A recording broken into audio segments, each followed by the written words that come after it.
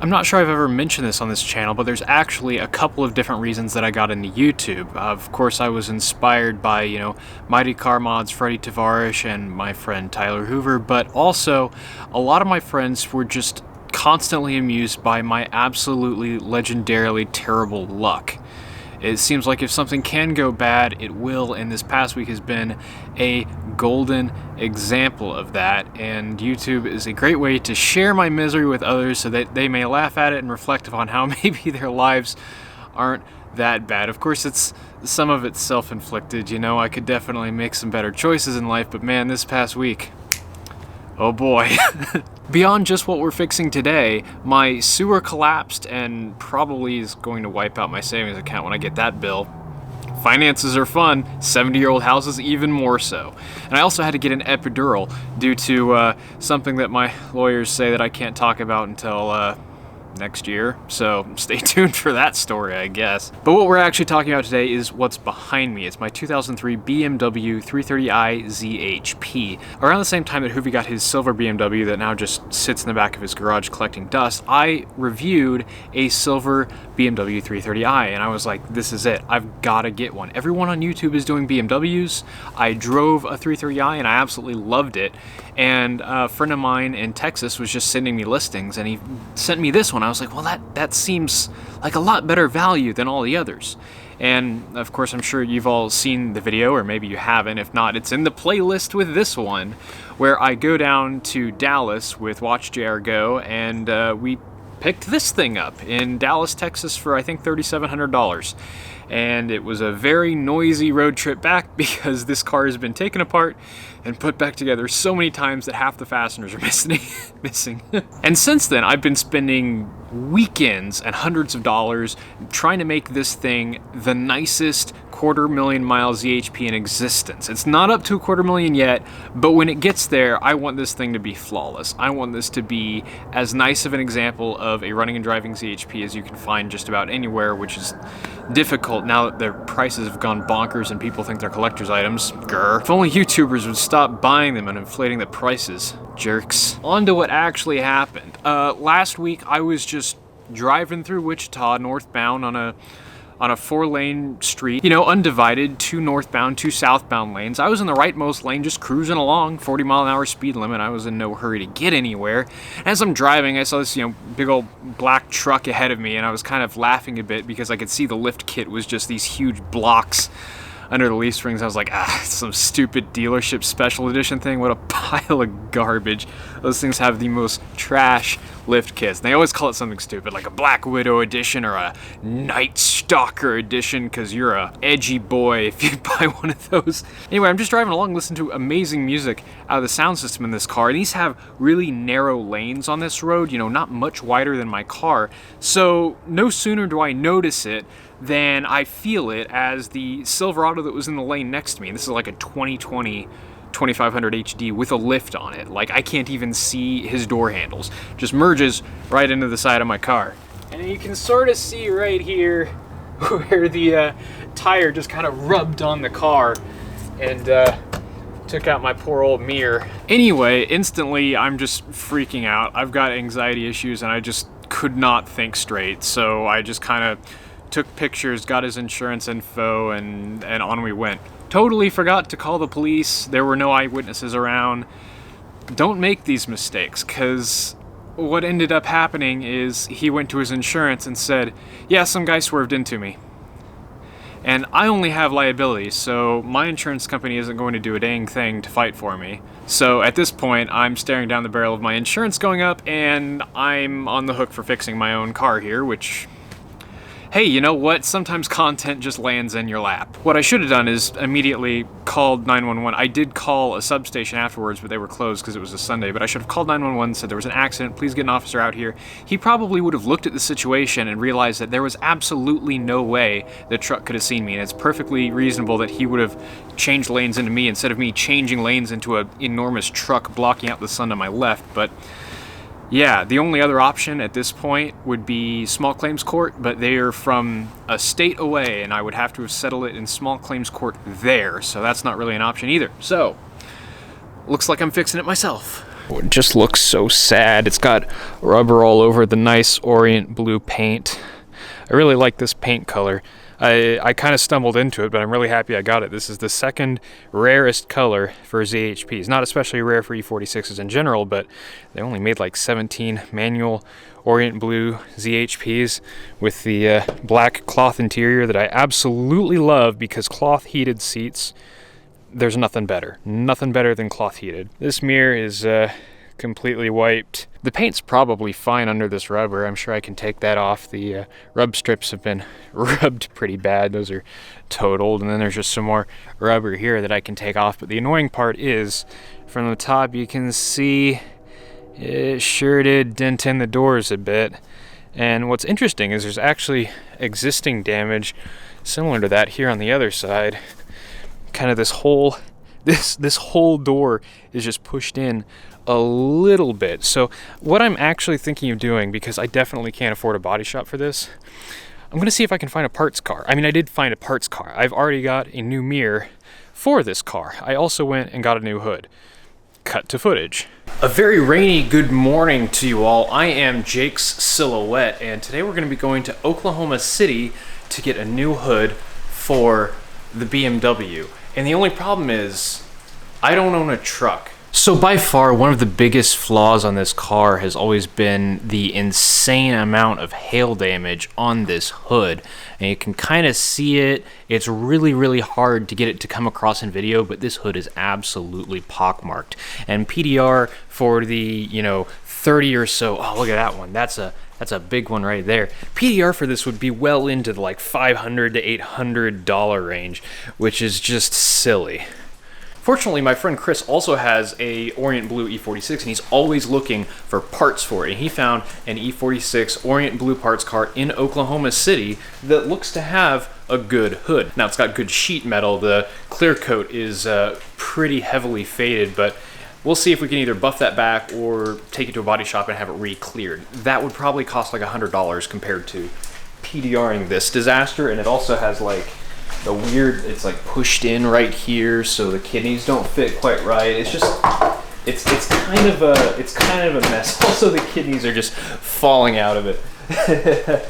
So, new hood will go a long way to making this look like a bit less of a hoopty. But like I said earlier, I don't own a truck, so I don't really have any way to get this back. So what I'm gonna do is we're just gonna take the hood off, and we're gonna drive to Oklahoma City with no hood, and then we're gonna get the new hood and put it on. So what we've got going here is a bit more than just your usual hood. I've got heated washer nozzles, which I actually never realized before. That's a really cool feature.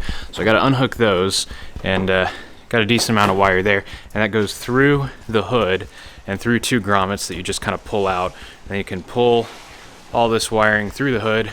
I disconnected the actual feed from right there, so if we just pull that on through the hood, it makes a great noise. Ugh. And I'm told this isn't that hard to feed back through there. Not sure if I believe that. And there that is. So we're just gonna have to tuck that away in the engine bay somehow. And then it's just a couple of what look like 12s. Pop the gas struts, and off it comes.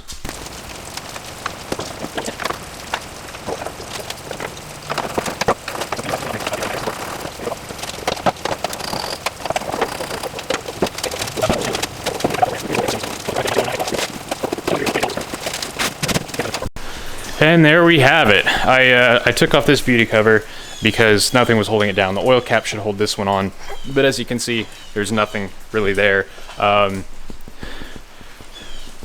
Chris actually gave me some rivets so I can finally hold this down so that doesn't fly off. And that's important because that's going to keep any water from getting in our air box. It's got, swirl tanks and stuff. But yeah, hopefully once we get to Oklahoma, I'll have a nice clean engine bay. Maybe my leaky power steering reservoir will even look nice.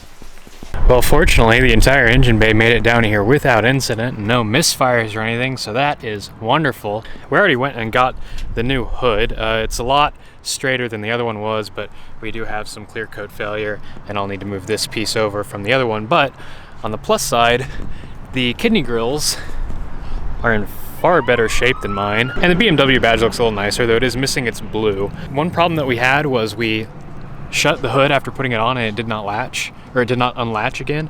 And the trick is undoing these to where the where this whole assembly can move around a little bit but isn't completely free.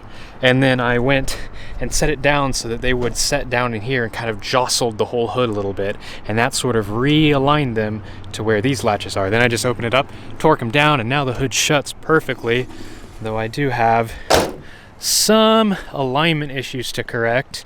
This actually looks a bit better. There's a screw under here that I was messing with.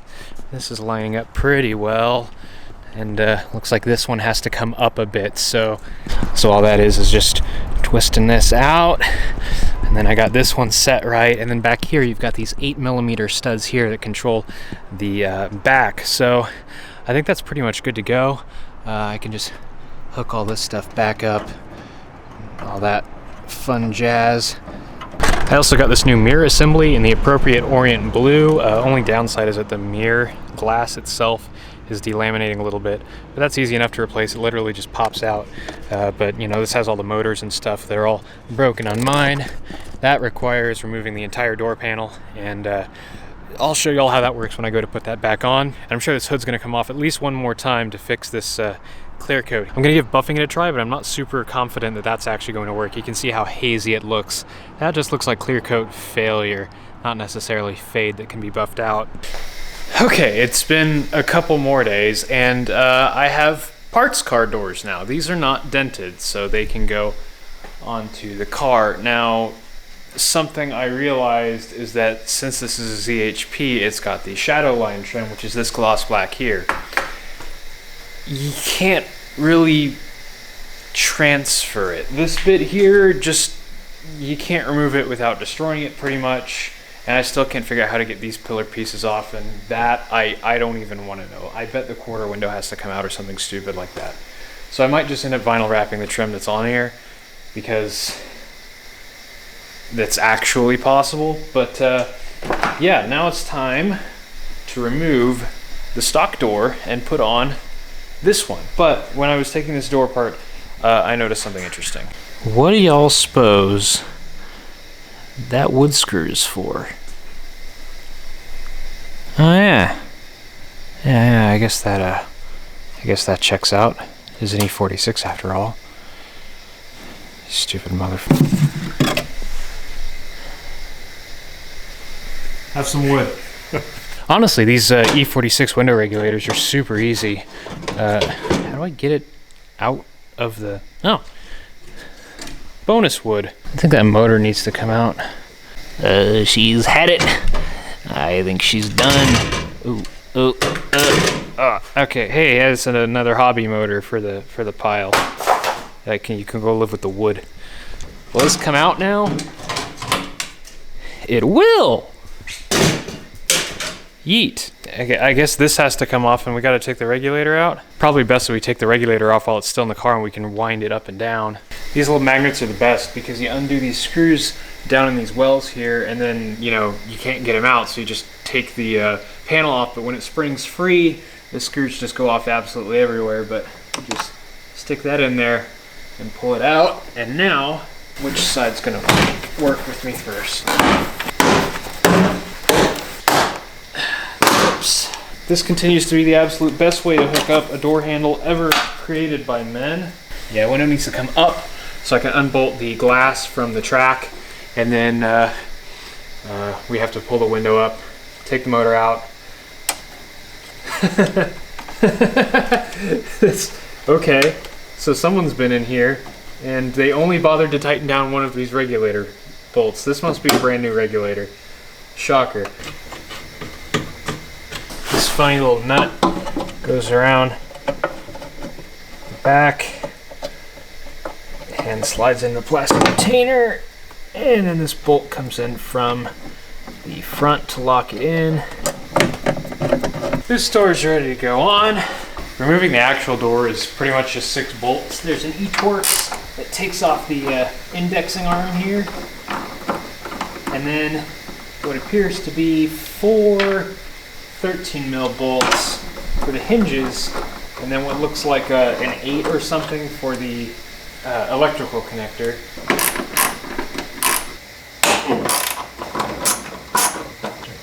Away. Yep. Sweet. That's it. Okay. This is one of my favorite things. Why don't more cars have this? One connector for the whole door. Just comes right off like that. Make sure you grab any shims to transfer them over to the new door. The bottom shim is stuck on each of those doors. Top shim came off. There that is.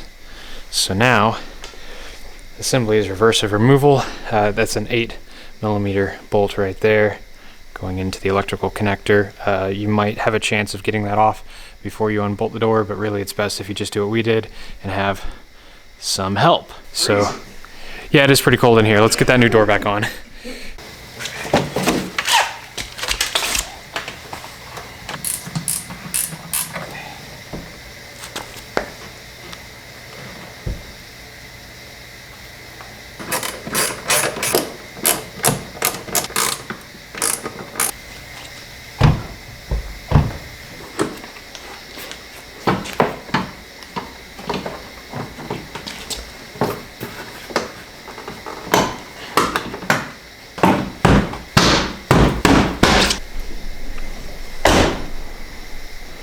God, it looks absolutely terrible.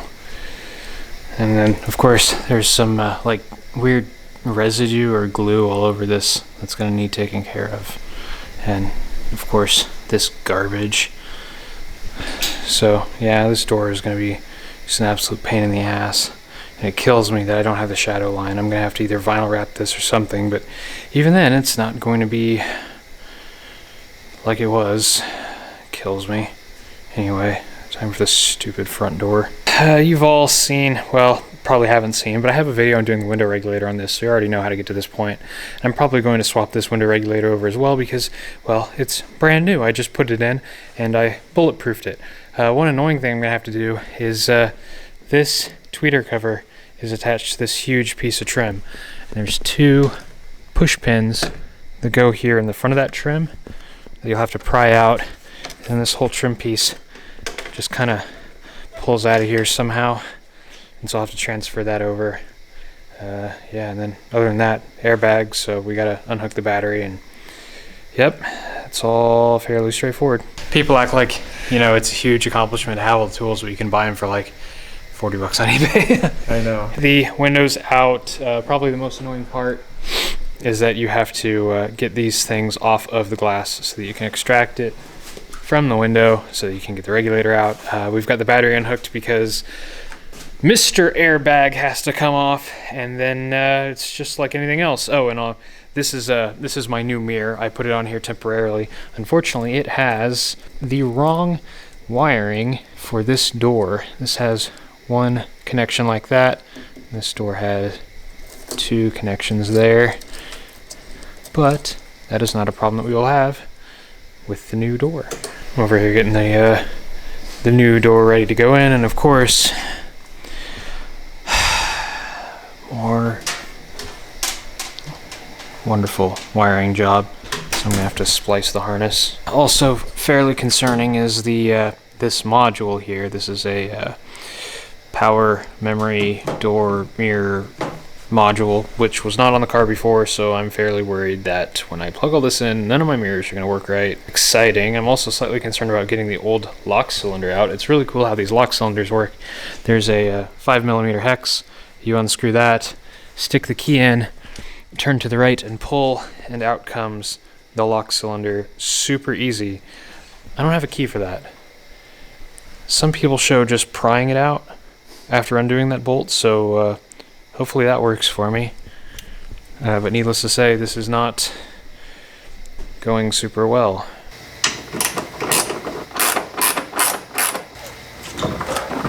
There we go.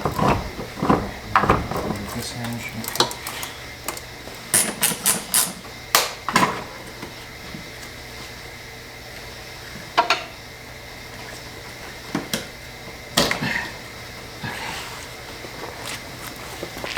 Okay.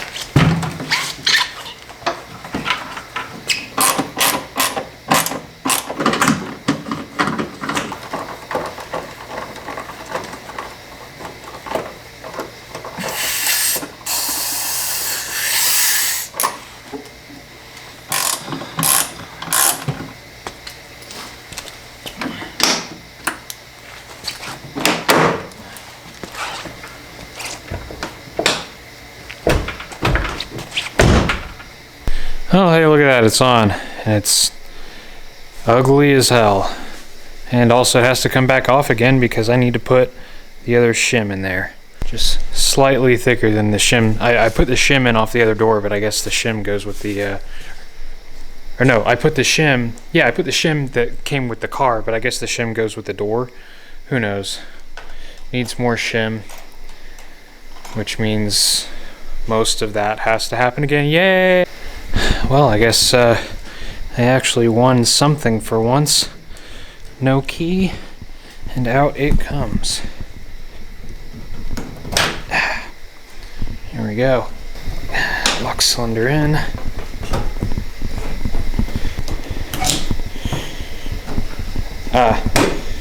Turn it and it goes in. And that is locked in. Nice. Now I just gotta stick an Allen key in there and tighten that screw in there back down and it'll be good to go. Well, I went and hooked the battery back up so I can do just a test of all the electrical stuff here and get that window rolled down. There we go. That bolt and that bolt there. So let's see here. Hey, oh, it goes like this. On the other side, nothing.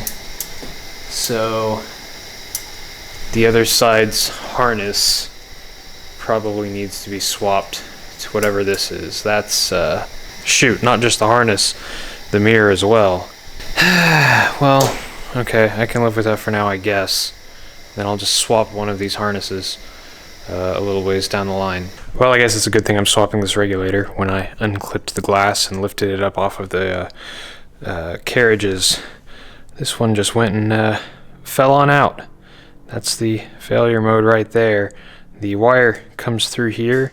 It has a ferrule crimped onto it, and that's what pulls against everything, and that just breaks right on out. And the sort of the way that I've bulletproofed mine, on the back there's a couple of zip ties holding it in place so that it can't pop outward or shimmy too much in any direction, and that just really helps these things last. This is literally the cheapest eBay regulator in the world, and everyone tells me that if you do that, it lasts pretty much forever, and the most expensive one can break within 4 weeks.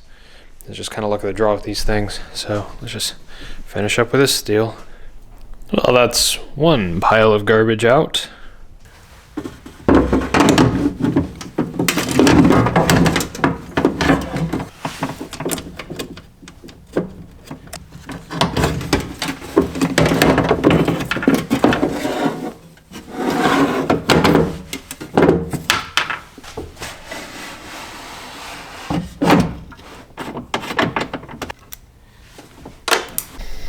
Doing a little bit of wiring harness repair here. I've got the wires to the speaker stripped, and then I've got the pigtail cut off the other wiring harness, and of course I cut the wires way too freaking short, and then I've got some crimps here. Gonna crimp, heat shrink, and then rewrap with tape. Should be good as new. Alright, there we got a couple crimped connectors. Just slide my heat shrink over there and let her rip, and that's good to go. That looks pretty dang factory, actually. And then because the cable management is kind of missing from this door, I just lightly wrapped a few of these other pieces in some tape just to keep them from rattling around too bad. But I think it is now time for the door panel. Also, if you do something like this, do everything you can to avoid taking this piece off. This speaker grill that goes all the way over here. Oh my gosh, that is a pain to swap. It kind of tucks under all these seals, and then up front here, it's under all that. It's a absolute mess. Door panel's back together. I did have to flip that module around 180 degrees. The box kind of goes upwards, not downwards. I got that wrong. Yeah, then all went back together. Plugged in the battery. Nothing's exploded yet.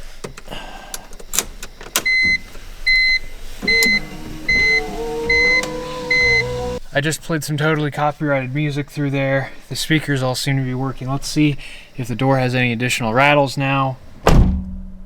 No, it actually sounds much, much better. And then I can adjust that one mirror.